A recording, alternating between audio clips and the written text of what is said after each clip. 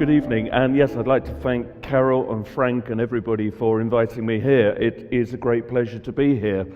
And what I would like to do for you this evening is to give you really an insight into the context of many of the areas that we're going to be hearing about and already have heard about this weekend. Because we hear much about conspiracy, we hear much about conspiracy theories, conspiracy fact, but where does it really come from? What does it mean when you stand back and you see it in a wider perspective? Because one of the problems that we have in trying to convince the world that there are conspiracies occurring is that the media, the mainstream, will always say, well, if things like that were really going on, we would know about it. It would have happened before. Well, of course, these things have been happening, in fact, since history began. And so when you look back at where conspiracy thinking began, you will very quickly realize the kinds of things that we are concerned about today have been going on for many centuries. And, of course, the problem that we have is that it is still not recognized. And the other problem that we have is that the technology has changed. And now, of course, that the ultimate dream of a conspirator can now be more easily realized. And that is the danger. But at the same time, that technology can be used to balance it. So I'm going to today look back through a conspiracy history of the world. We cannot cover everything, of course, and I'm going to pick out some fairly mainstream areas because they are the conspiracies that are in the public consciousness. And there will be, for everything I mention, 100 other viewpoints, 100 other things I could say and include. I am simplifying, of course, but it's interesting to see the patterns that unfold as time goes by. So I begin with this symbol because, of course, we see much about this in the conspiracy world, the all-seeing eye, or the eye of providence, as it's really known. And let's see that in its proper context. So this symbol was created as the Great Seal of America around 1776. And of course, the foundation of the state of America was a huge event on the world stage. And there is no question that Freemasonry was a big influence behind this. So this symbol is indeed very Masonic. But the Masonic world will tell you that there is nothing evil, there is nothing wrong about this symbol, that it simply represents the divine being at the top and the then 13 states of America as they were then below. But of course, you will probably know that many people today see it in a more negative light. They see the eye as being the illumined ones, those who govern our lives, who think they are above us, and that they are disconnected from the pyramid, and we're all down here somewhere at the bottom. So the conspiracy world sees this symbol as an oppressive, dark, evil symbol. And in fact, this is how many people see it. That in fact we're trapped within the pyramid. We can't see that we're trapped within the pyramid most of the time because we are within it. And certainly it is true that the majority of people in the world do not realize the cage that they are in. And the gift that people like yourselves have is that you have had the insight to see what's going on, to step outside of the pyramid and see that it is a cage. And those with that insight, of course, have a responsibility to try to share that knowledge, to try to tell people who are still stuck on the inside, look what's going on. And these, I think, are very important missions, if you wish, that we need to take on, is the sharing of this information. So this, however, is not a modern construct. Let's go back in history a couple of thousand years. And you will have all heard of the Great Fire of Rome. So Rome, first as a republic, then as an empire, was of course very influential. It was hugely important on the world stage.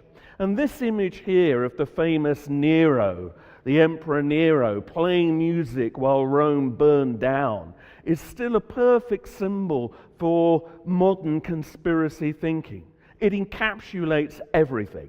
Because here is a leader not really in tune with the needs of his people, only in tune with his own needs and those cronies around him. There is his own city burning, and he seems not to care, because in the eyes of many people, he himself had actually caused that fire or given the orders for the fire, and blamed another group. He blamed in those days the early Christians. So this is the same thing that's still going on today, of course.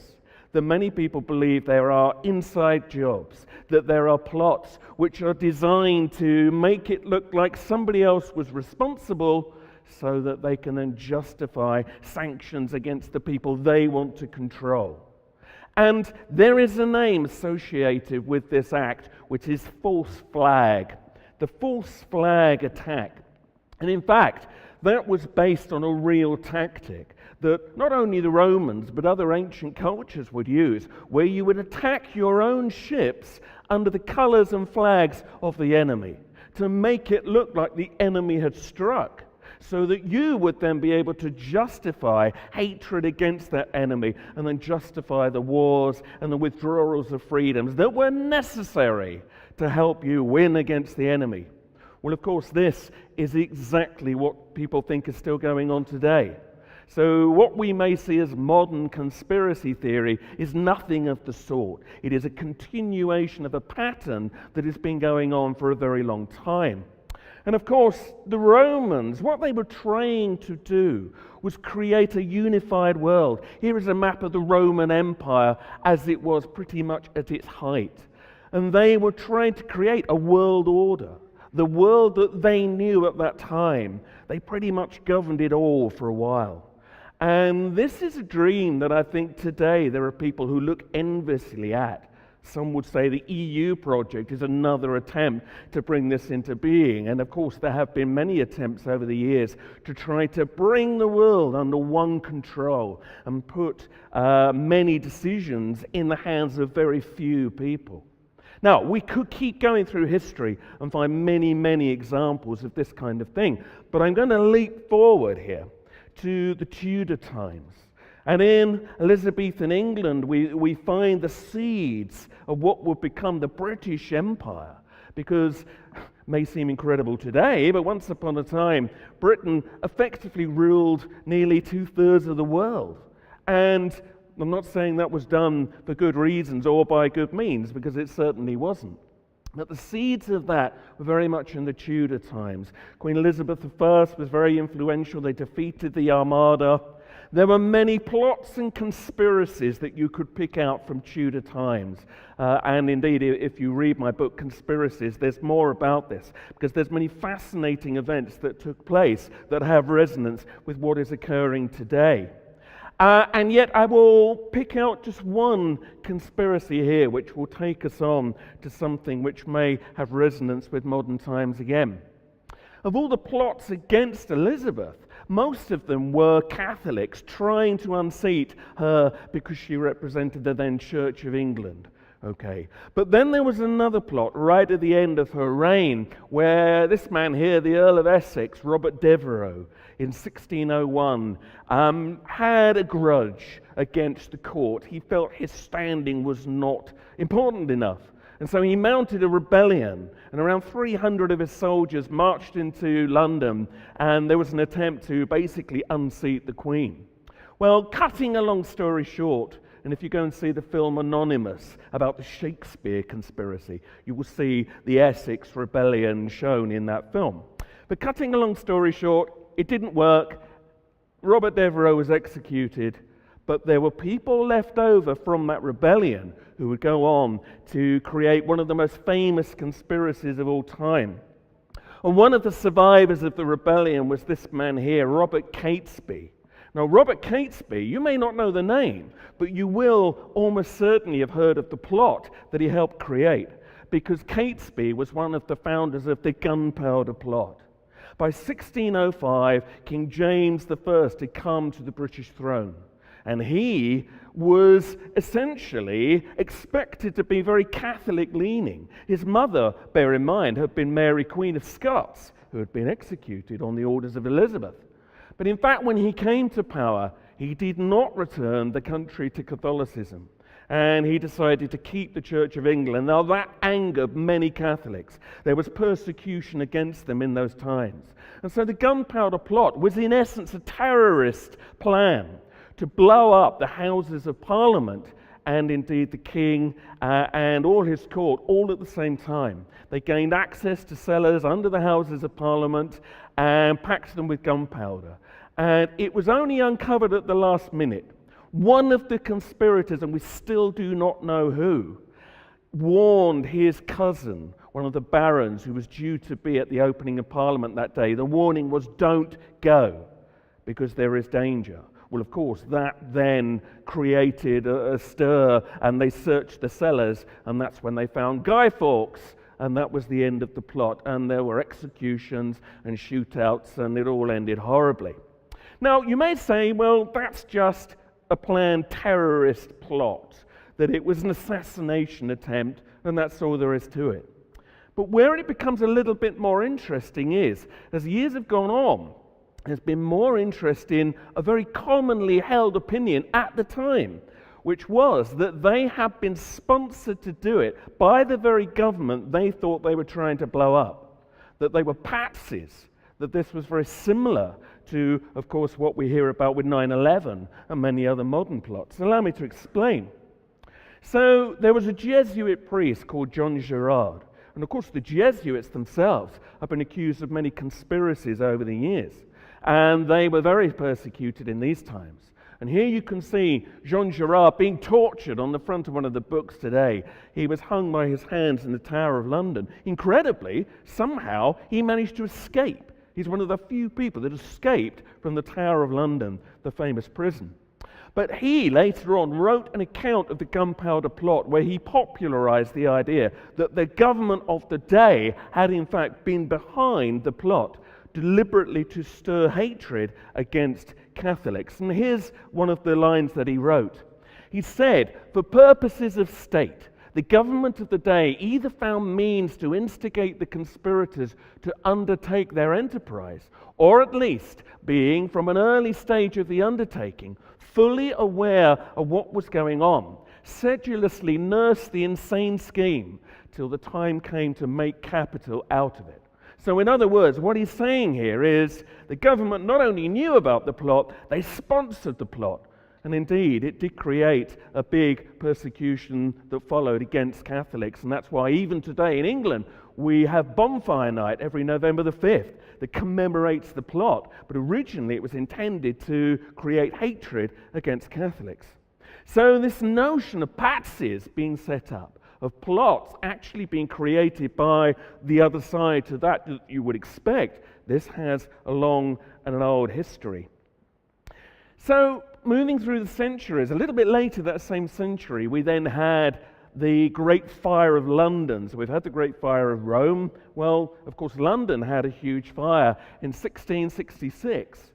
And bearing in mind that in 1666, that was less than 2 decades after the English Civil War, that was one of the bloodiest wars in history.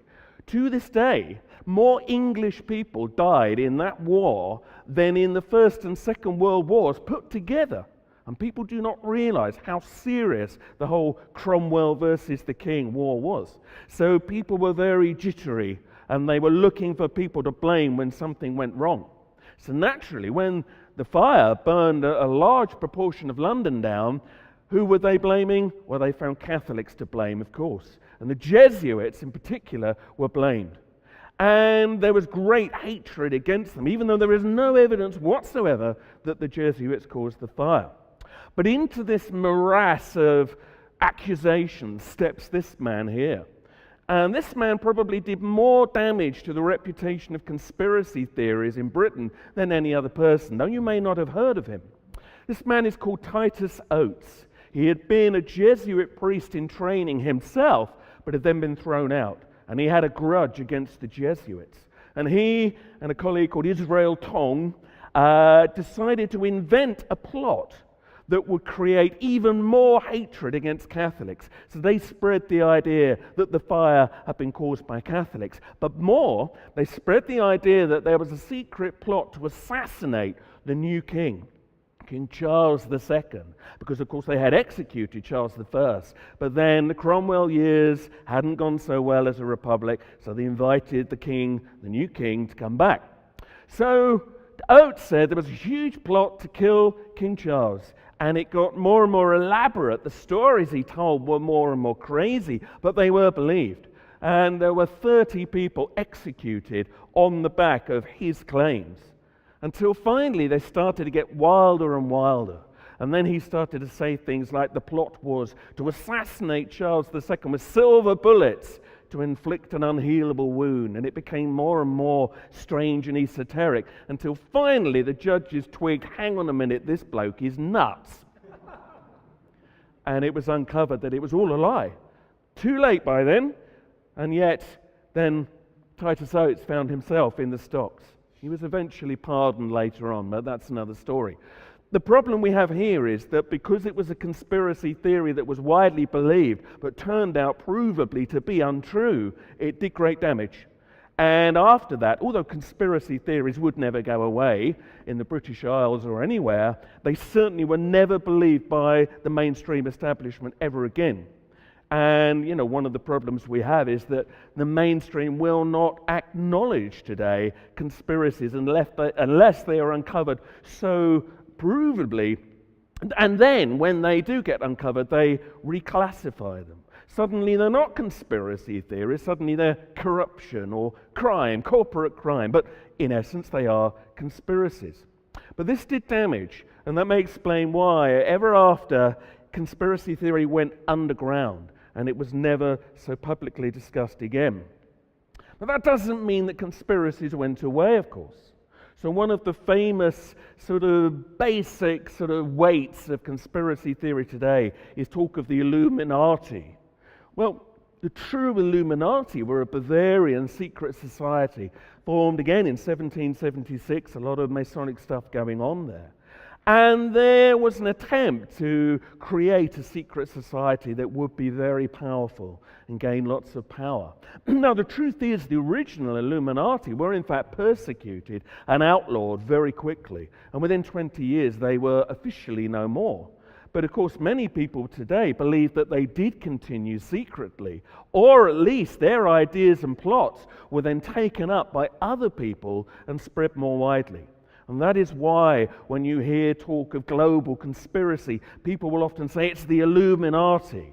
Well, it may be or it may not be. It doesn't really matter what you call them. It's the same idea of a small group of people having great power and also believing in occult symbolism. The power of occult symbolism is incredibly important to them. And we will come back to that a little bit later on.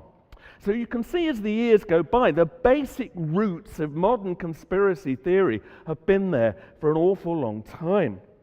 But when you come to the beginning of the 20th century, you then begin to see what we today call the New World Order plot come more into focus. There is a belief in some areas that the term New World Order is a conspiracy theorist construct, and that there was never any such thing. Well, there was. There was a New World Order plot, and you can prove where its roots lie. Now, one of your speakers last year was a man called Terry Boardman, and he's written a very good book about the origins of the New World Order. And I'll quote Terry here, because he's an interesting researcher. The man on the left here is Arthur Balfour, a very influential British politician who would eventually become the British Prime Minister. And in 1909, Balfour wrote to the President of America, Theodore Roosevelt, and proposed this, and Terry puts it the best. He proposed that they create a global Anglo-Saxon confederation that would police the world with the navies of the two countries, and through their invincible domination bring eternal peace and prosperity. And this is the roots of the New World Order project. Originally, it was certainly Britain and America were the two key components. Now, that has widened out over the years, and of course, as Britain has lost influence over the years, we've taken a lesser role in it, but that doesn't mean that our part's gone away. And then, of course, other countries have been brought in over the years, although there are many arguments as to whether China and Russia were ever part of it. Many people believe that they were and are not.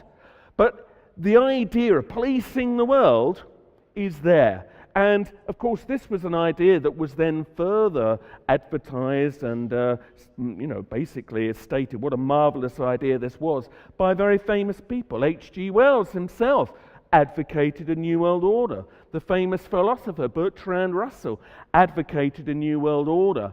And more to the point, both of them supported the idea of eugenics. They supported, great suppression of the nations and its peoples for the good of mankind. And if anybody says to you the New World Order was never called that, yes, it was. And H.G. Wells even wrote a book called The New World Order. There are many famous politicians today, although I notice they don't use it so much now, but they would often say, we need to create a new world order. Our ex-Prime Minister Gordon Brown in Britain was one of the best for that. There's one speech, look it up on the internet, where he famously says New World Order about 20 times within the same speech. So don't say there's no such thing as a New World Order as a concept, because there certainly is, and its roots go back a very long way. And it does seem that the idea of a controlling force was already pretty rigidly in place, even by 1913. This is Woodrow Wilson here, who wrote a book in 1913 called The New Freedom. Now, this was shortly before he then became the president. And he makes a very interesting quote, often quoted, but worth repeating again. And in the book, he says this, where he says, some of the biggest men in the United States in the field of commerce and manufacture are afraid of somebody, are afraid of something. They know that there is a power somewhere, so organized, so subtle, so watchful, so interlocked, so complete, so pervasive, that they had better not speak above their breath when they speak in condemnation of it. Now, there have been arguments over the years as to what he was really referring to, but there are many people in the conspiracy world who believe he is basically describing the ruling elite that were already in place. The irony being, of course, that Wilson himself would very quickly then become a part of that ruling elite, because very shortly after he became the president, as we were hearing from William earlier on, he helped to create the Federal Reserve. The moment where public money was basically corralled and the choices that we had around it were taken away from us, which is creating so many problems to this day. And we don't need to go back into the areas of how money is used to control things, partly because it is obvious, partly because William has covered it so very well. But nonetheless, you can see the steps that were made here, and sometimes they were steps made by people who previously you would have thought would have been opposed to it. Somewhere down the line, they were bought, they sold their souls for the New World Order project. And as well as controlling money, you have to control the world by other means. And many people, of course, believe conflict is used to create the New World Order. And there are, of course, those who believe that both World War I and World War II were deliberately, if not caused, allowed to occur because of the controls it gave to certain individuals and the boost it gave ultimately to the New World Order project. Here's a good early example of a false flag from the 20th century. You will have heard perhaps of the ship the Lusitania. And the Lusitania had been sailing happily across the Atlantic from America to England. And it was always given a fleet of ships, an escort, because as World War I began, U-boats, German submarines were patrolling and they knew they were a threat. And then, of course, one day, suddenly, it doesn't have any escorts. It's going along the Irish coast, and suddenly all the ships have vanished. And it's vulnerable, and it's alone, and it is torpedoed. And as you can see from this headline here, many, many people died. Over 1,200 people died. Now, this is a curiosity because who gave the order to withdraw the ships? Well, we can't be sure, but it's a fair bet that it would have been the First Lord of the Admiralty. And who was the First Lord of the Admiralty in those days? Sir Winston Churchill, as he is or was later. Now, of course, this is sacrilege to say this in some areas. To some, Churchill is the big hero of the war. But I'm afraid there is good evidence that he may have given the order to allow the Lusitania to be torpedoed by allowing it to go into unsafe waters without an escort. And if you doubt that, it's worth quoting a letter that Churchill wrote. This is on the record. He once said, shortly before that happened, "It is most important to attract neutral shipping to our shores in the hope especially of embroiling the United States with Germany. For our part, we want the traffic, the more the better. And if some of it gets into trouble, better still." So in other words, what he is saying here is we need one of our ships to get into trouble, because he particularly wanted the Americans to come on board in the war, which of course they did. Not immediately, but the Lusitania sinking was certainly used for great propaganda. And these posters were very powerful at the time, showing the mother and the daughter drowning, coming off the Lusitania with a simple word, "enlist." In other words, join up, join the war. And this certainly helped turn public opinion in America towards thinking that maybe they did need to go and fight the war that was occurring then in Europe.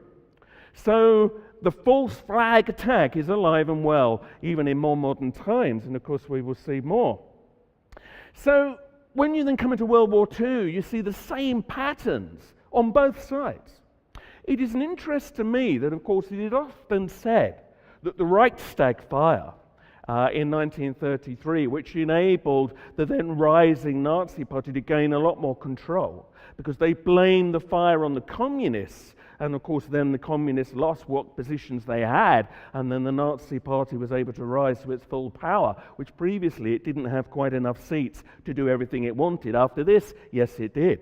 But it's interesting to me how even the mainstream establishment seems to accept the likelihood that the Nazis did it themselves, when in fact there are ambiguities around that. We do know that a Dutch communist, Marinus de Lubbe, was involved with the fire, but of course there are many claims that there were Nazi officers who were also involved. But whatever the truth, it is generally accepted in the mainstream that the Nazis did it themselves, that it was a false flag. And yet, when you then say, well, yes, well, maybe 9/11 was an inside job, no. Now, they can't go there. They can say it about the Nazis, but they can't say it about the regimes that we have in power today. And then, of course, as the World War II had then begun, and then things hotted up, then you get a very similar situation to Lusitania with the Pearl Harbor attack. Now, it is almost a bit sort of a cliche to say Pearl Harbor was a false flag attack, and yet the evidence is pretty strong that at the very least, intelligence messages that there was going to be an attack were ignored. There are more claims from insiders that say, more than that, the Japanese were deliberately antagonized into creating the attack, and that they basically then let the defenses down and let them come in for similar reasons. Because this gentleman here, who was the then President Roosevelt, a cousin of Theodore Roosevelt, again, and I'm oversimplifying here, there are of course always more complexities to all of these stories, but in essence he was willing for America to join the war. A lot of corporate people in America were not. There was a lot of business ties with Germany. It was very awkward. But after Pearl Harbor was attacked, it changed American public opinion. There had been attack on their own territory, as it were, and that changed things. And now, there are some patriots today who say, this is disgusting nonsense. How dare you say that this could have happened? Well, here's the interesting thing. It isn't just conspiracy theorists who believed that Pearl Harbor was allowed to occur. Some of the people at the time in high positions believed it. Jonathan Daniels was one of the secretaries of Roosevelt, and he made a very interesting comment where he said the blow, meaning Pearl Harbor, the blow was heavier than he had hoped it would necessarily be. But the risks paid off. Even the loss was worth the price. Clearly referring to the fact that this was a setup. And if you want something more direct, let's have another person at the time who believed that this was false flag. Vice Admiral Libby said, "I will go to my grave convinced that FDR, Roosevelt, ordered Pearl Harbor to let happen. He must have known." So when people say this is mad conspiracy theory, do remember to refer them to people who were part of the Navy at the time, because they suspected something was up. So you must, of course, make up your own minds about this, but you can see there are repeating patterns going on here, and we cannot ignore them. And of course, at the end of the war, we then see the next stage in what seems to be the New World Order, and then laying the grounds for the Cold War, which of course, did so many things to create centralized power, not to mention create a lot of money for the arms industry. And by this point, England, or Britain I should say, were on the back foot in the New World Order. They'd lost a lot of money, they'd lost a lot of power because of the World War. And suddenly America really stepped, I think, into the main driving seat of the New World Order. And yet, as we will see later on, it is clear that Britain is still looked to as a necessary component. And I think there are underlying links which are still very powerful for people today. So you can see how conflicts and wars are very important to create a mandate for control and centralized power. And as the decades rolled on, this never really went away. One of the most famous discussed false flag incidents, if you want to call it that, isn't really false flag. The Gulf of Tonkin incident is often said it was really the final flashpoint that generated the Vietnam War, except that instead of it being false flag, in fact, the Gulf of Tonkin incident never really occurred. There were minor skirmishes. Here you can see there was a couple of North Vietnamese gunboats that came down and took the occasional pot shot at this huge American fleet. They were no threat to the fleet. But one night, there were sonar readings that suggested a big North Vietnamese fleet were coming in. And so the American warships started pounding their guns, opening fire, until they realized within a matter of hours it was a mistake. You can have what they call sonar errors. They were ghosts. There was no fleet coming. And the Americans knew this. And the sailors, who had, of course, initially been reporting back to the White House, had said, we are under attack. But then they said, with plenty of time for decisions to be changed, they said, no, it didn't happen. It was our mistake. We were not under attack. But guess what? The American government failed to say that to anybody. And instead, Robert McNamara shows to the world's press how the Gulf of Tonkin incident was this evil attack on the American warships. And off the back of this, of course, we had the beginnings of the Vietnam War. And this gentleman here was a big, of course, decision maker, being the president.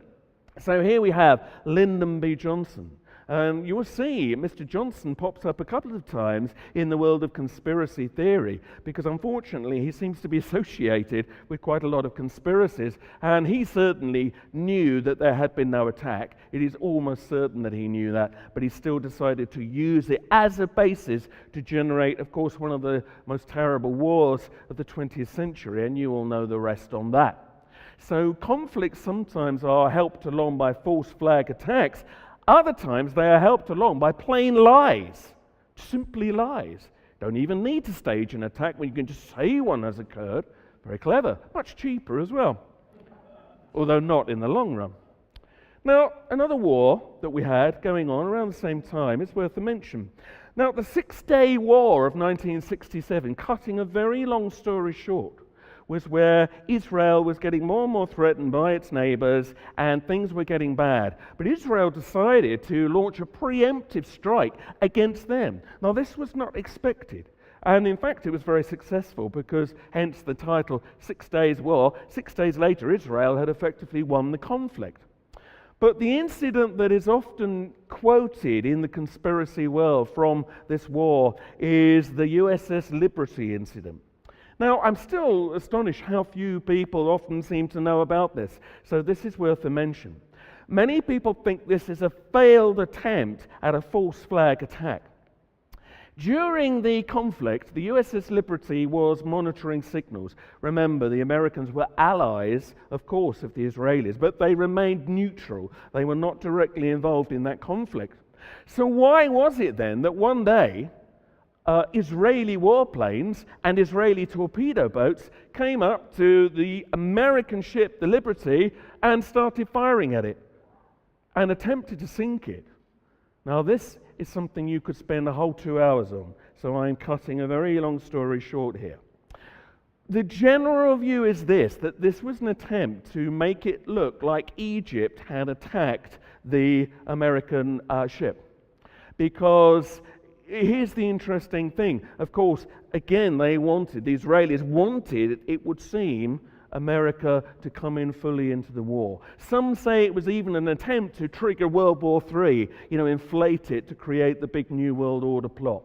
There are other possibilities. Some say the Israelis did this to stop the Americans monitoring signals that told of atrocities occurring on the mainland.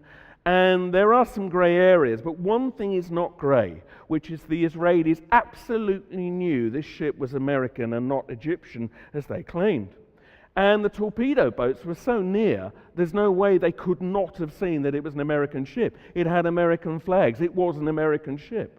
And there's a lot of evidence to say they knew very well it was American. So why was it that they then said, oh, we're ever so sorry, we attacked it because we thought it was Egyptian, when they knew that it was not?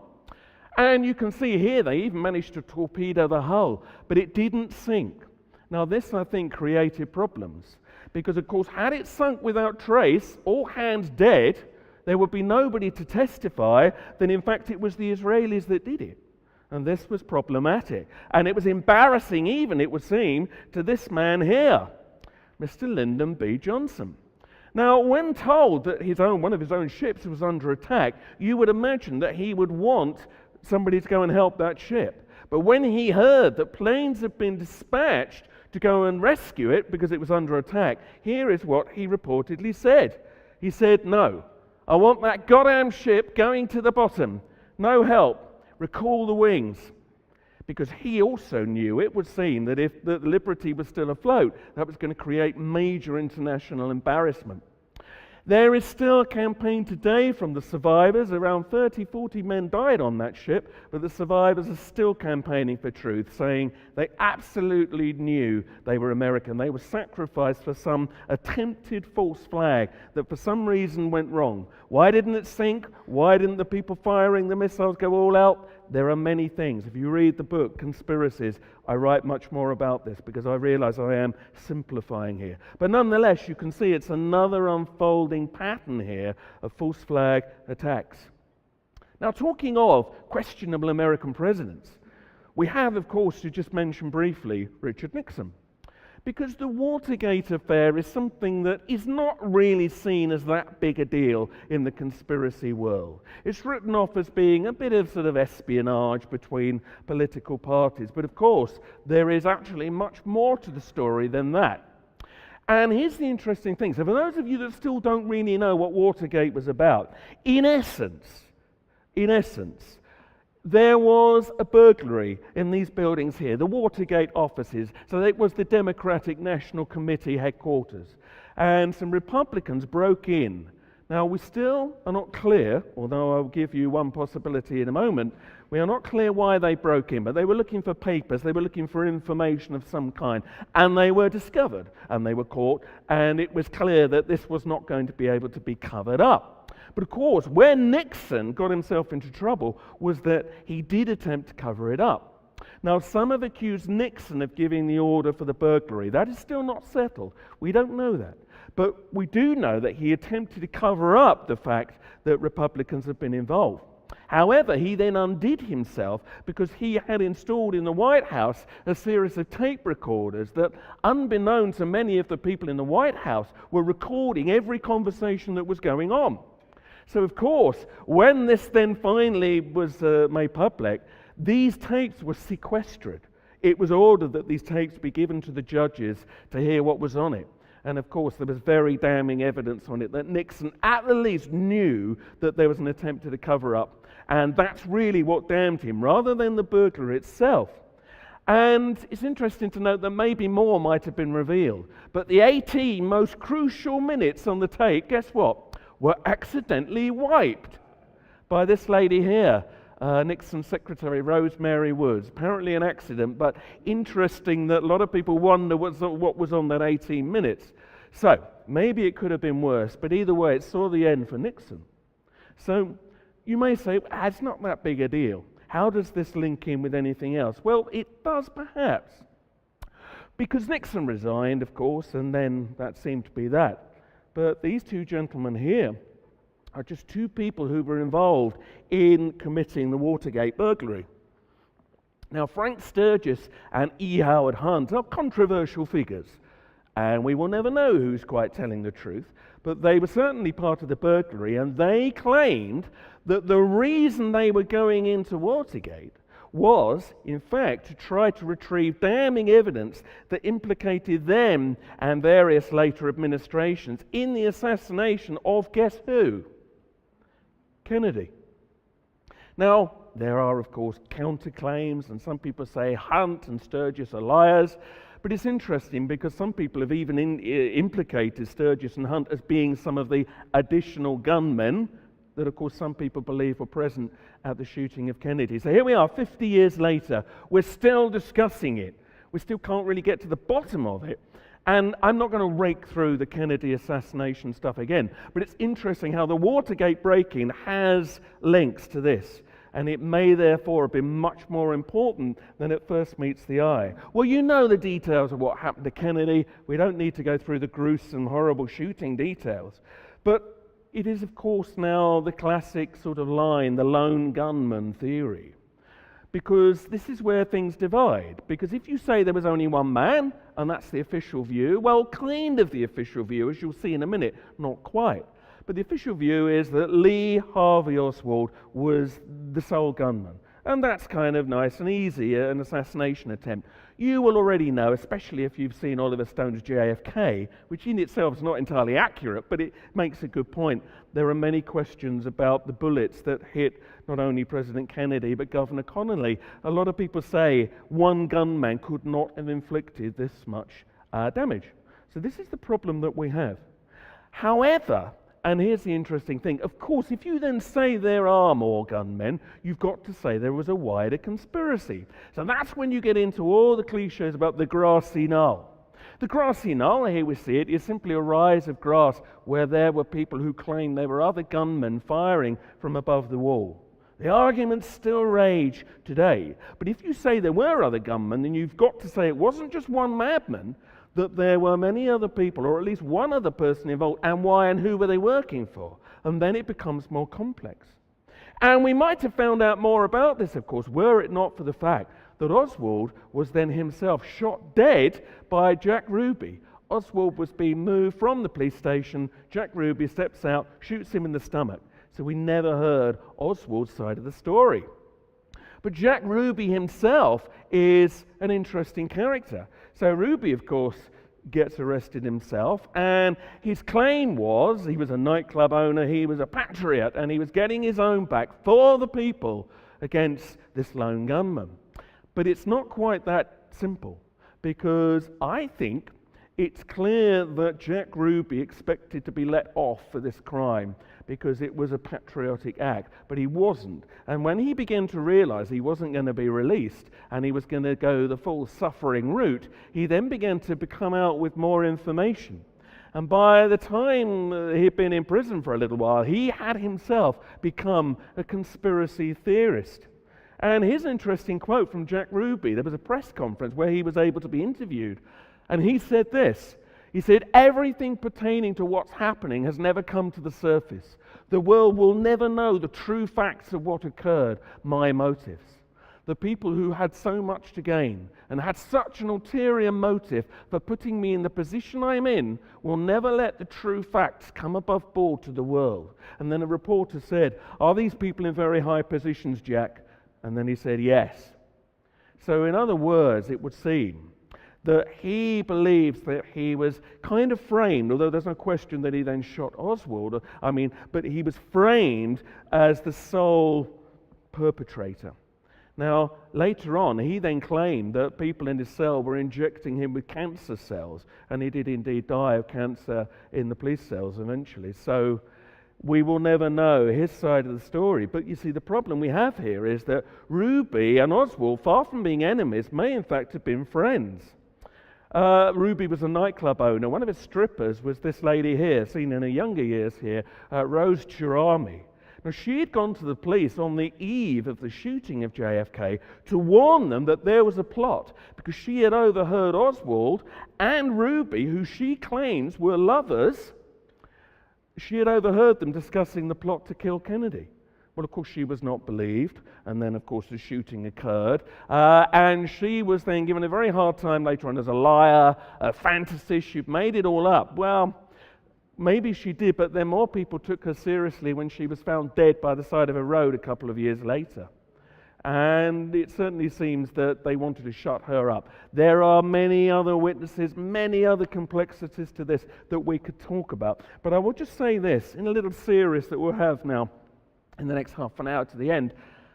JFK, the number of key witnesses who have died in mysterious circumstances is always worth noting if you want to get to the root of what's going on. Okay, what have we got here? Total 21. In mysterious, weird circumstances, too much to really be coincidence.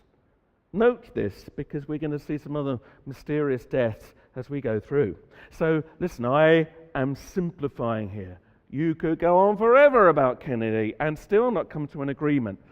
It may interest you, however, to know that, in fact, the official line is that there probably were other gunmen. Realizing that the Warren Commission that was very hastily set up and concluded there was only one gunman, realizing that that was not convincing the public, in 1979, the administration at the time then reopened the investigation and produced this report, the Select Committee on Assassinations, and it concluded that there probably were other gunmen. But guess what? It then failed to follow it up, and it was like, that'll do. And they never went any further. And the absolute truth is that the official view says there was a wider conspiracy. Who was it? Make your minds up, really. So many options. But a lot of people think whoever it was that actually organized it, whether it was Cuban exiles, Fidel Castro, the mafia, the Freemasons, the Israelis, MJ-12, whoever, doesn't really matter, that it was all working ultimately for the New World Order project, that Kennedy needed to be removed. It was a coup. And of course, because it was a coup, everything that's come since has basically created more control. Kennedy was a bit of a wild card. He wasn't playing the game. He wasn't acting on the orders of the masters. He wasn't doing what he was told to do. So he had to go.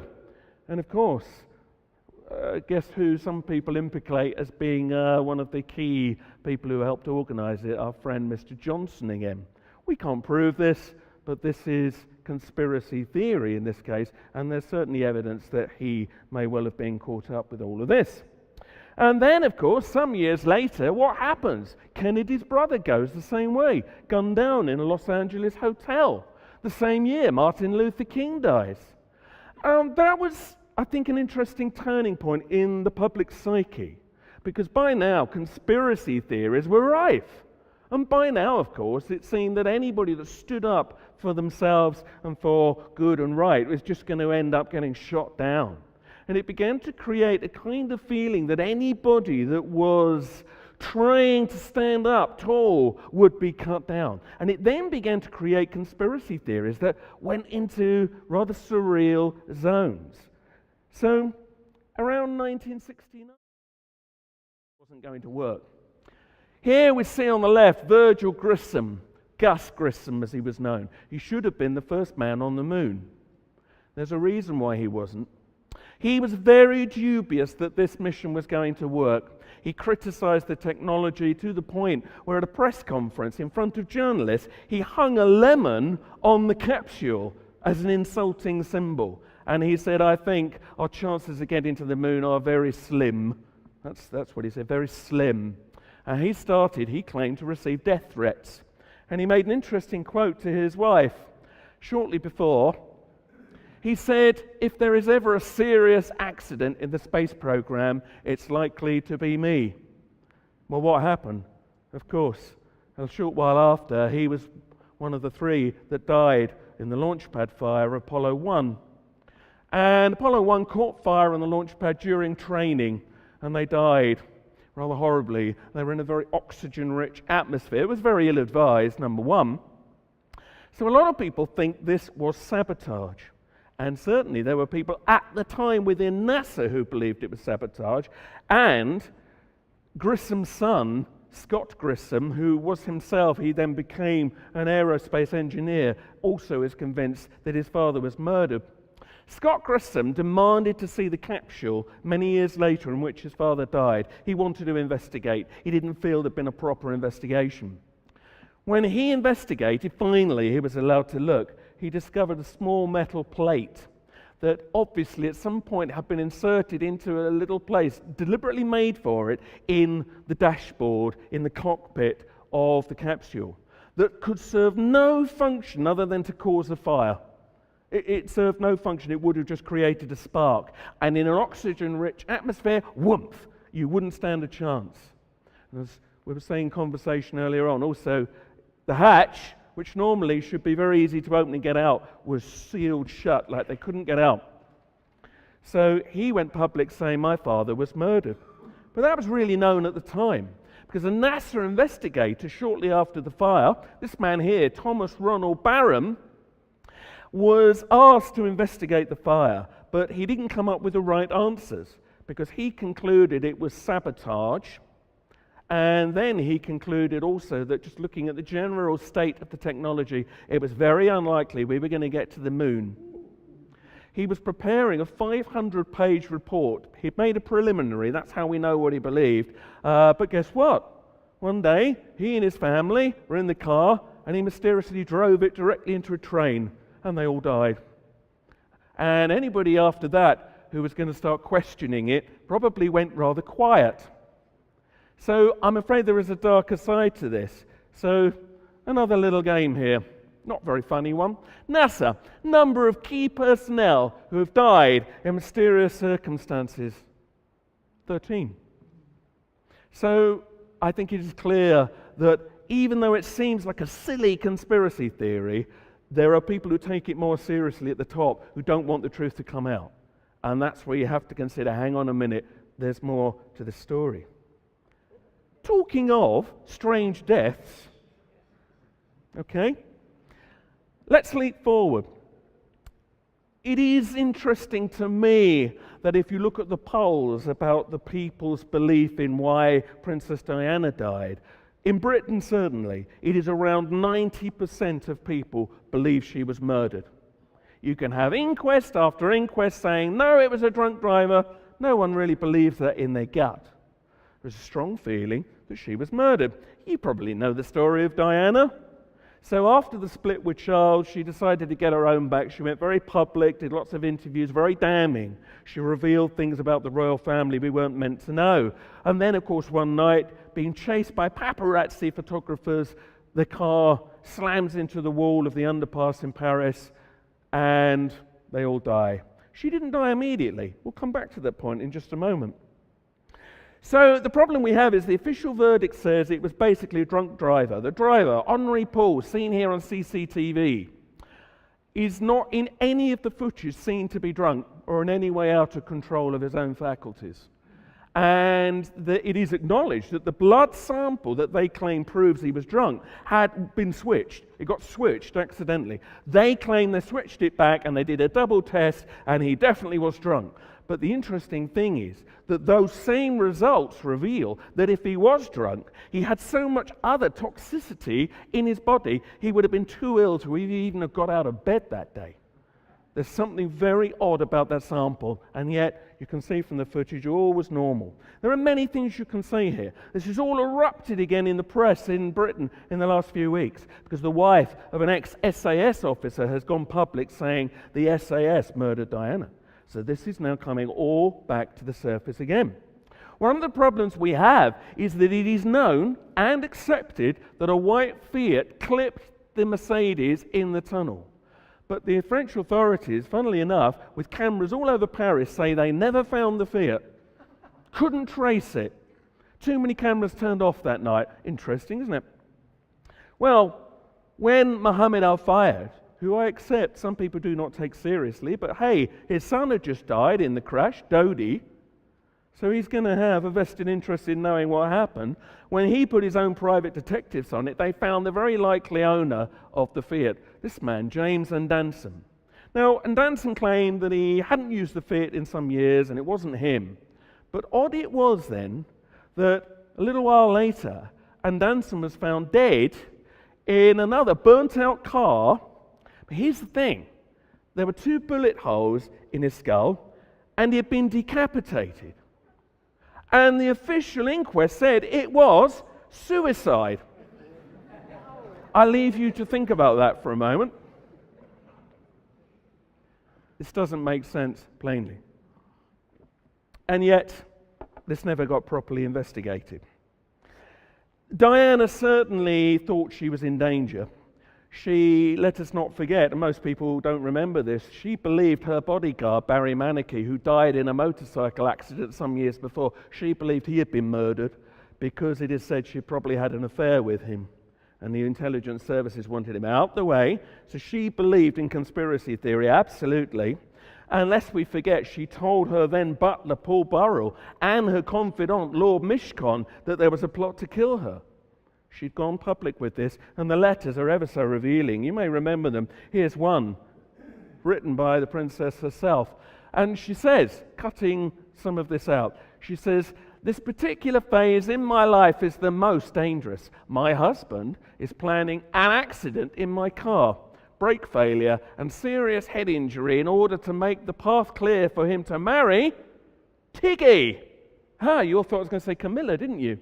She didn't believe that. She believed that Charles wanted to marry the nanny of William and Harry, Tiggy Leg Burke. Now, where Camilla fits into this is another question. It may interest you to know there was an attempt to run Camilla Parker Bowles off the road, which some people think was another assassination attempt to get rid of her. And it didn't work, and with that not having worked, they then bumped off Diana instead. And somewhere down the line, Tiggy didn't get her way, and he wound up marrying Camilla. It's very complex, but there's more to the story than meets the eye. That is for absolute certain. And, of course, by the end of her career, she was campaigning against landmines. Well, I'm sure you can imagine how the arms manufacturers felt about that. And especially given that Dodi Al-Fayed's mother was Mrs. Khashoggi, and the Khashoggi family are some of the biggest arms manufacturers in the world. They probably didn't want her at their dinner table, thank you very much. You have to take your pick as to who may have given the orders, because there seem to be people queuing up to get rid of her. I mean, of course, the other one is that she was in a relationship with Dodi Al-Fayed. Some have said, well, the British royal family could not tolerate a Muslim bloodline mixing in. Although she had gone out with a Muslim before, Adnan Khan, of course, nobody has seemed to have had a fuss about that. And then, of course, Mohammed Al-Fayed believes Prince Philip himself gave the orders to kill her. Well, the answer is we don't know. But I think it is likely, when you look at the evidence, that it was a murder. Here's the last piece of evidence. When she was found in the car, she was in fact not dead, and she was still alive when they took her back to the hospital, this hospital here. It's just interesting that it is known that you had French doctors tending to her. They expected her to survive. Then the British doctors turn up, and they say, "Don't worry, we'll take everything from here. Out you go." Cleared the French doctors out of the room, shut the door, and she was dead within about 20 minutes. And when they announced she was dead, no one could believe it. So why is she dead? She shouldn't be dead. There was one of the doctors who was going to write a book about this and go public. Guess what happened to him? Died in a mysterious car crash before the book came out. And I'm afraid when you look at the pattern of people who've died in mysterious circumstances, it's the same thing again and again. Dr. David Kelly, a UN weapons inspector, of course, was very famous when he said during the raging Iraq war, there were no weapons of mass destruction.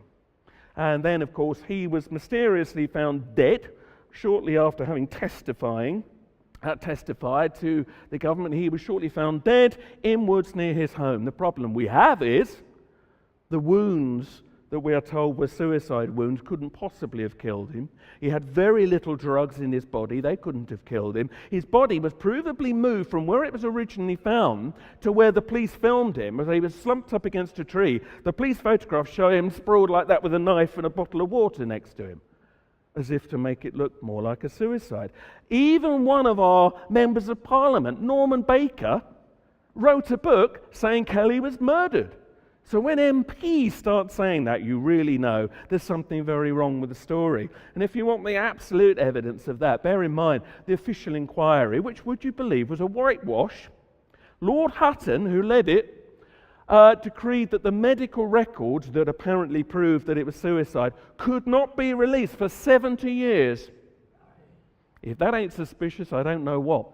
And plus, the coroner's certificate that declared why he died. Now, the whole point of the inquest was to decide how he died. Bear in mind, only 3 days into the inquest that went on for a long while, the coroner suddenly produces the certificate that says, yes, it was suicide, thus making a whole joke of the inquest and skewing the verdict of the inquest. So it's very clear, again, look at the polls. In England, 90% of people believe Kelly was murdered. And of course, all of that, the war in Iraq, and all of that was a spin-off from the war on terror, the campaign in Afghanistan, and all of that, of course, was a spin-off from, guess what, 9/11. And I hardly need to say anything about this, and I'm barely going to say anything, except to say that a lot of people think this was the biggest New World Order coup in history. But here's something some of you may not know. It was not the first attempt. Go back in time to 1993. There was a truck bomb that went off in the basement of the World Trade Center. And when it went off, it killed several people and injured thousands. And it nearly took out the foundations, which would have toppled one tower into the other and brought them both down. Here's the curious thing. A, that is clearly a sign that somebody was trying to get rid of the towers even back then. And B, this man, Imad Salem, claimed he worked for the FBI. And he claimed that the jihadist group that apparently carried this out were known to the FBI. And he had been hired to basically set them up, a bit like the gunpowder plot, set them up so that they could step in at the last minute and prevent the bombing, but of course implicate the Muslim world. But, funnily enough, they were supposed to have been given dummy explosives. They were going to give them fake explosives that they wouldn't have known so that they could then be caught. But guess what? They gave them real explosives. Now, of course, the authorities say this man is a fantasist and a liar, but it fits in pretty well with other things that we know about 9/11. You don't need me to say very much here. If you believe the official story of 9/11, you need to find out more, and I'm sure most of you don't. Mr. Rockefeller, we haven't mentioned him, so let's mention him here and now. The classic quote, he once said, "All we need is the right major crisis, and the nations will accept the New World Order." And for many people, this was really the crisis, because so much has spun off from it. And take your pick, whether it's the size of the hole in the Pentagon, clear evidence for some kind of explosive, a building that falls down when it wasn't hit by anything, and what seems to be molten metal when the temperatures couldn't ever have been that high. Well, we could go on.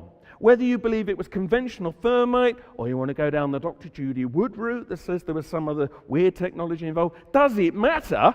They should not have fallen down in the way that we saw.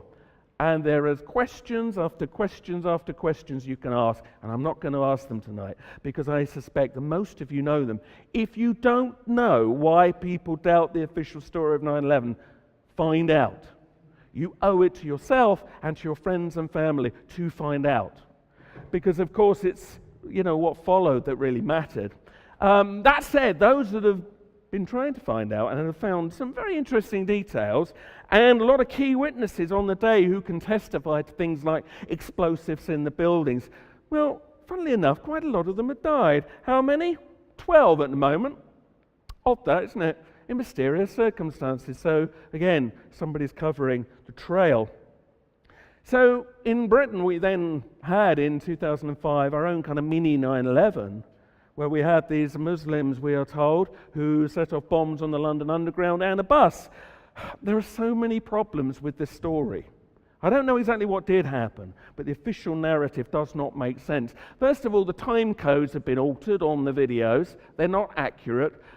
We've only ever had one of the bombers identified by his face. The rest we don't really know. Some say they were actually working for the authorities. Some say they were even fooled, a bit like Imad Salem, fooled into taking live explosives when they thought they were taking part in an exercise, which has been acknowledged an exercise was going on that day that visualized exactly the same things happening in exactly the same targets, just the same as on 9/11, where we're told there were exercises that visualized exactly what happened there.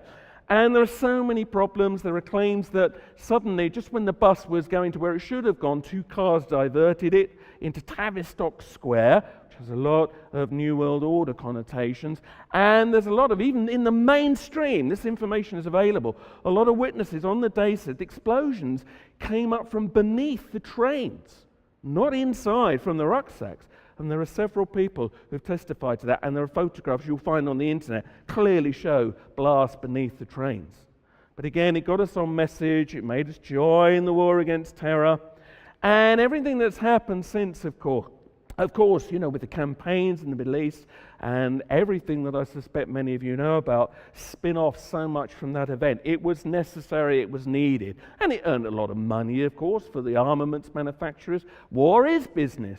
Plus oil, plus all the usual things needing to build pipelines across several countries. Money, I said I wouldn't cover that, so I won't tonight. Suffice to say, you know that the big money controls things. The guys up in the glass towers here, by the way, nice pyramid on top there, eh?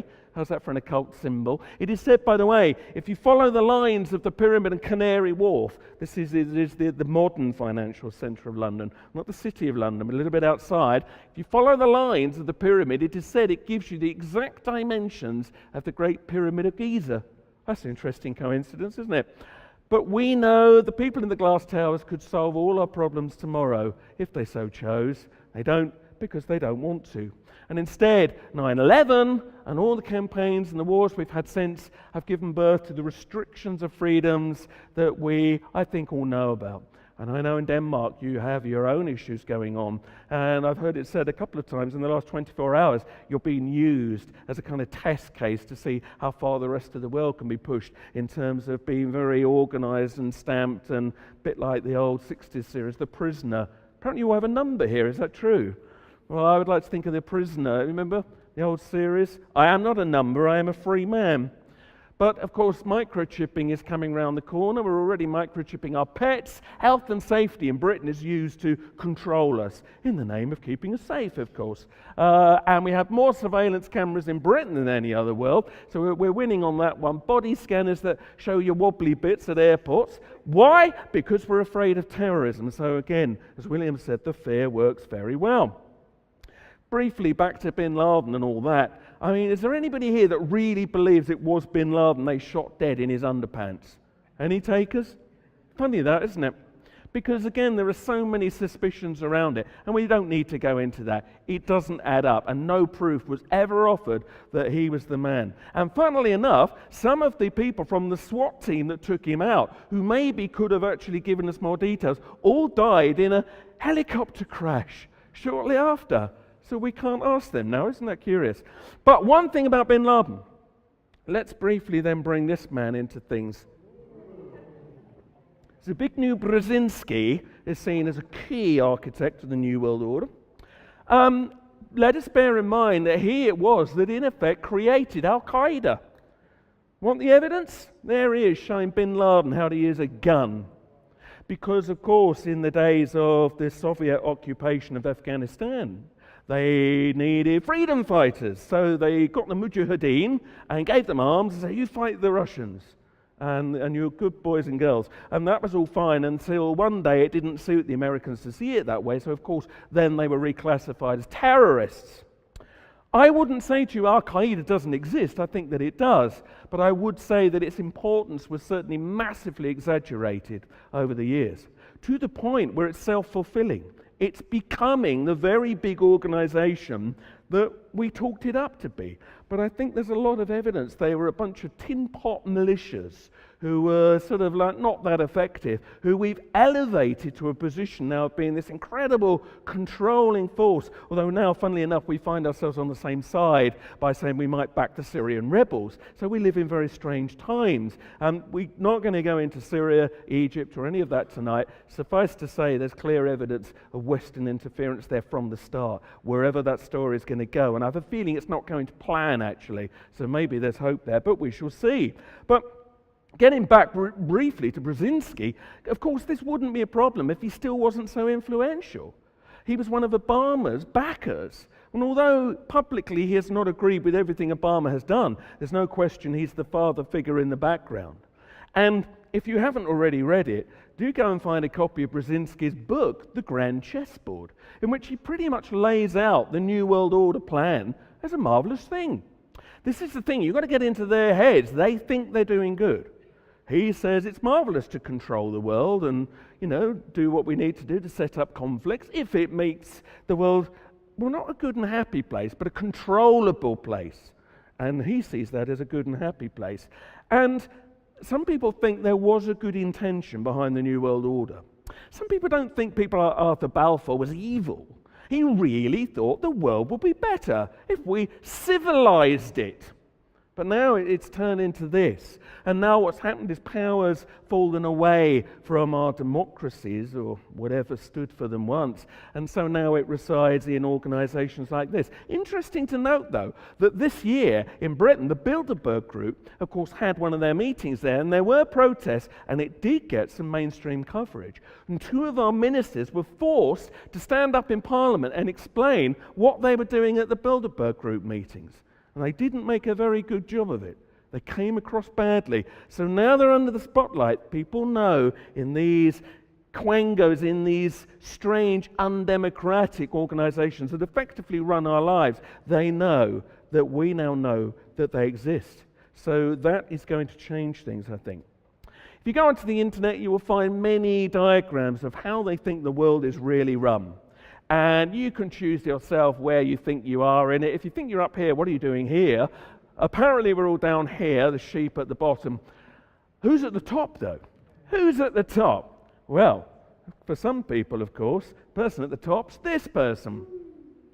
Now, I'm not going to go today into the whole David Icke reptilian agenda thing, except to say some people think there are certainly bloodlines that have governed the world for a long time, and the Queen is clearly still a powerful figure, not politically, but symbolically she is. Watch the footage of George W. Bush addressing a dinner where the Queen was present and see how humbled he is. Even he knew it was time to shut up, because this woman was in charge. Whether she's in charge of the whole world conspiracy, well, I don't know. And whether the bloodline is extraterrestrial, as some believe, I don't know. Does it really matter? There is certainly evidence that there are strange things flying around in our skies. There's certainly evidence, I think, of extraterrestrial cover-ups. But whether you think that's what's behind the New World Order project is another matter. And does it really make any difference? You're up against the same thing, whether they're evil aliens or human beings. Okay? So I would argue it's not worth spending too much time on that. So I'm going to start, believe it or not, to pull this to a close, right? 5 minutes. Bear with me. The problem is we know there is a cult influence. There is a cult influence. I'm sure most of you are aware of the Bohemian Grove rituals where some of the great and the good and the bad, mostly the bad, of world leaders go and dress up in funny robes and attend the cremation of care ceremony once a year, where they sacrifice the effigy of a child to a giant stone owl. And some of you may be thinking, yeah, this is old hat, we know this. For some people, it may be a shock to know this goes on. Very famous people go. Here's a shot of Bohemian Grove many years back. Ronald Reagan there, Richard Nixon. And the occult symbolism is so strong that you have to say this really does count for something for these people. Now, they try to say it's all a silly pageant when they talk about it at all, but mostly they won't say anything. But funnily enough, only one president has ever referred, as far as I'm aware, directly to the Bohemian Club. Because it's not denied, but it's not talked about. But Bill Clinton's the only one that went public with a statement. Somebody at a rally said, hey, what about the Bohemian Club? And interesting to note, Bill Clinton's response. He said, did you say Bohemian Club? That's where all those rich Republicans go and stand naked against redwood trees, right? Well, I've never been to the Bohemian Club, but you ought to go. It'll be good for you. You'd get some fresh air. That's typical Clinton humor, but it's an acknowledgement that it's real. We don't have the time to go into this tonight. Go and find out about the Bohemian Grove rituals if you want more. But some say it's nothing, it's a distraction. Others say it's a deep, occult, very dangerous thing. But certainly, dressing up in funny robes and worshipping giant stone owls, which is their main emblem, seems like a funny thing for our world leaders to do on their holidays. And Bill Clinton, funny man, eh? Funny man. Okay, get this, right? You'll like this. The Clintons number of ex-associates of the Clintons or investigators who have died in mysterious circumstances, right? Roll of drums. Imagine a roll of drums in your head. 50. Look at a website, the Arkansas Sudden Death Syndrome. There are so many mysterious deaths, one of which includes a man who drank himself to death on domestic mouthwash.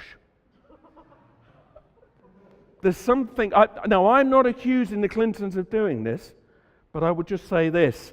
There's somebody around them that really doesn't like them and their associates, or there's certainly a jinx associated with them. So, laugh at him, but at your peril. There are people that go to Bohemian Grove now and campaign, and people like Alex Jones with a bullhorn and shouts at them and they protest.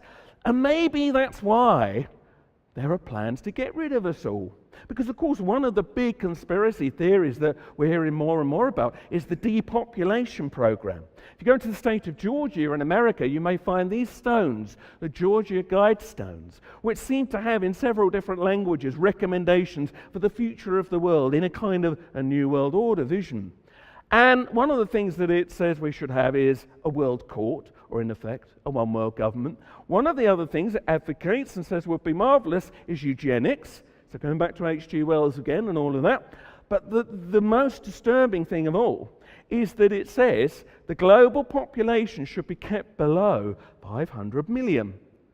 That would mean wiping out pretty much 90% of the population, which is all well and good, but who gets to decide, eh?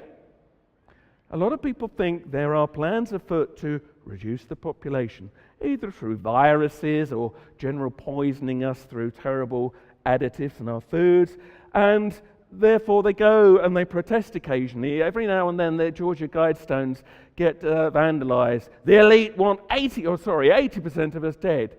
So this is beginning to upset people. And of course that then ties into people's feelings about the whole chemtrails phenomenon. Whether you think it's poisoning or a suppressant or engineering for some strange solar event they're expecting, well, there's clearly something weird flying around in our skies. How much of it is natural aeroplane trails? How much of it is fake? Well, you must decide. But you're going to hear more about that from Frank tomorrow, I do believe, who's done some very serious study into it. And there is a feeling now from a lot of people that we're being attacked from all sides.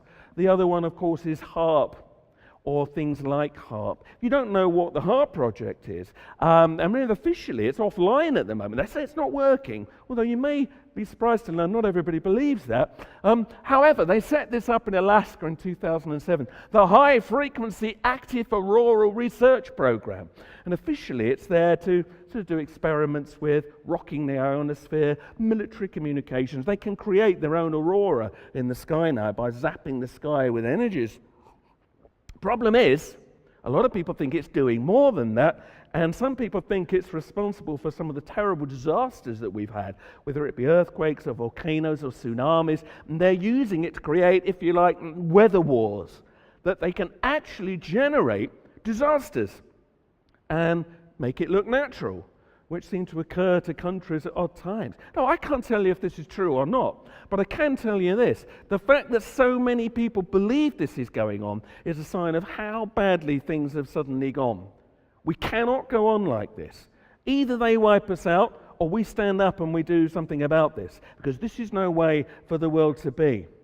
And never mind HAARP or scalar waves or whatever you think's being zapped, because there's lots of other theories around that. We don't know what satellites are going on. There are satellites above our heads every minute. We don't know what they're doing to us. They could be zapping our minds. Go back to Brzezinski's book, The Grand Chessboard. He actually advocates that one way of subduing populations would be to beam waves down on them. And this is a marvelous thing. He recommends it. So for all we know, it's already occurring. And in any case, the mind control is overt and active anyway through what we're fed in our TV, the terrible food that we're eating generally. Maybe you eat better over here, but you know, it is a concern that we are being attacked from all sides, and that if quite a few of us popped off the planet soon, that would suit the needs of the New World Order. But this is how we are personified, right? there's a fantastic mind conditioning going on, that anybody that questions the status quo is a loony, that wears the tinfoil hat to stop their mind being controlled. Maybe it works, I don't know. I'm willing to try anything now, really. But that's the problem. This is propaganda to ridicule those that are trying to expose what's going on. It is not fair, it is not true. You see, there are so many things. In Britain alone, we've had the Rupert Murdoch scandal. We found our government was being controlled by Rupert Murdoch, basically. There's police cover-ups being uncovered, MPs' expenses, bank crisis. In other countries, Obama still hasn't shut down Guantanamo Bay, weapons of mass destruction. The revelation recently of the PRISM system that is surveying us all. Mr. Edward Snowden did a good job. Some say he's part of a conspiracy himself. Who knows? But now we know that the Americans, and actually anybody with the technology, can listen in to us, and probably do if they want to. And here's the thing. Then they ask for our trust. Why don't you trust us? Why are there conspiracy theories? You're all mad. Come on, guys. Everybody knows the game that's being played. They know, we know. And they're just hoping to put off people at the fringes that might be convinced that we really are mad. But the truth is, we are under surveillance. The truth is, they have plans that don't really suit us. The good news is this. The fact that so many people are now questioning it, the fact that they have to do all this mind wash and conditioning tells you they feel threatened. They know that more and more people are coming to an awareness, and a lot of people think we are literally at the dawning of a new stage of consciousness. Many ancient prophecies said that on 21st of December 2012, in our modern calendar reckoning, would be not the end of the world, like the media said. Again, that was conditioning. That it would be the beginning of a huge time of change, consciousness shift. And a lot of people think that is exactly what's going on. And a word of warning, don't do what they do, right? There are people in the world who do not have our best interests at heart. I think you can see from this compilation today that there is a pattern that repeats and unfolds. But let us not fall into their trap, because yes, there are bad people, but some of them may even have good intentions, but very misplaced. But we mustn't just point the finger and say, it's them. It's them over there doing it to us. That's what they do to each other. It's him over there. No, you know what? It's us. We allowed the New World Order to become what it is by our collective apathy. Now, it's not our fault entirely. We were trained into that way of thinking. But those that now know the game, you've got a duty, you've got a responsibility to stand up and be counted. And don't just blame them, they are misguided. The Buddhists would say you can't hate them because they are something they can't help themselves. You have to deal with the issue. Be a bit Jedi about it, but don't do it with hatred, because that way lies the dark path. But there's a truth to that. What we need to do now is not be afraid to stand out from the crowd. I mean, I am lucky enough to address many different audiences where they're quite mainstream. And I try and offer these ideas to people, maybe not in such a direct way as I did today. And I find many people are open to them. People are not just sheep. They can see for themselves what's going on, but they're afraid to say anything because they think other people will ridicule them. When they see others standing up and are willing to voice this stuff, they feel more energized. They feel they can come and join in, and it's all right to think like that. And look at the polls. 90% think Diana was murdered. 90% think David Kelly was murdered. At the last big anniversary poll of 9/11, 10th anniversary, around 50% of the world's population no longer believes the official story of 9/11. Ladies and gentlemen, that is victory. It's happening, but that is also why we need to be absolutely on the lookout. I believe that the next few years are not going to be comfortable ones, but I do believe there's an opportunity here, and we've still got the internet relatively free. Notice how they're trying to take control of it through small print and anti-pornography legislation or whatever it may be. That's fine, but look at the small print. They're trying to shut it down, but they haven't yet. We have a chance to shut them down. Okay? If you are concerned about this, know this, their time is in danger. The next few years, right, it's in the balance, but I think we can end this. There's enough people that know what's going on. And it just takes enough people to tip the dominoes and step out of fear. The fear stops people moving forward. There is an opportunity here. And I would just say this to close. You're going to hear a lot of things this weekend. And I've just rattled through a few of them in a very simplistic way. You may not agree with all of it, that is fine. But by the time you step out of here, if you're here all weekend on Sunday, don't just forget about it. If you step out of here and then back to normal, no change in your life, it's failed. When you leave here, put this knowledge into operation. Go and do something that makes a difference, however small, because it is people like ourselves, okay, that are going to make the difference. And don't be fooled into thinking everyone else is a sheeple. No, they're not. They just don't know how to make a difference, and they don't realize that other people may share their views. When they're given the opportunity to, you're going to begin to see critical mass take care of things. So, thank you very much for listening, and go out and do something. Good luck. Thank you very much. Thank you. Thank you. Thank you. Okay.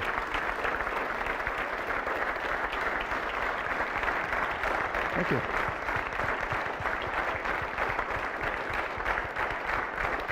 Thank you.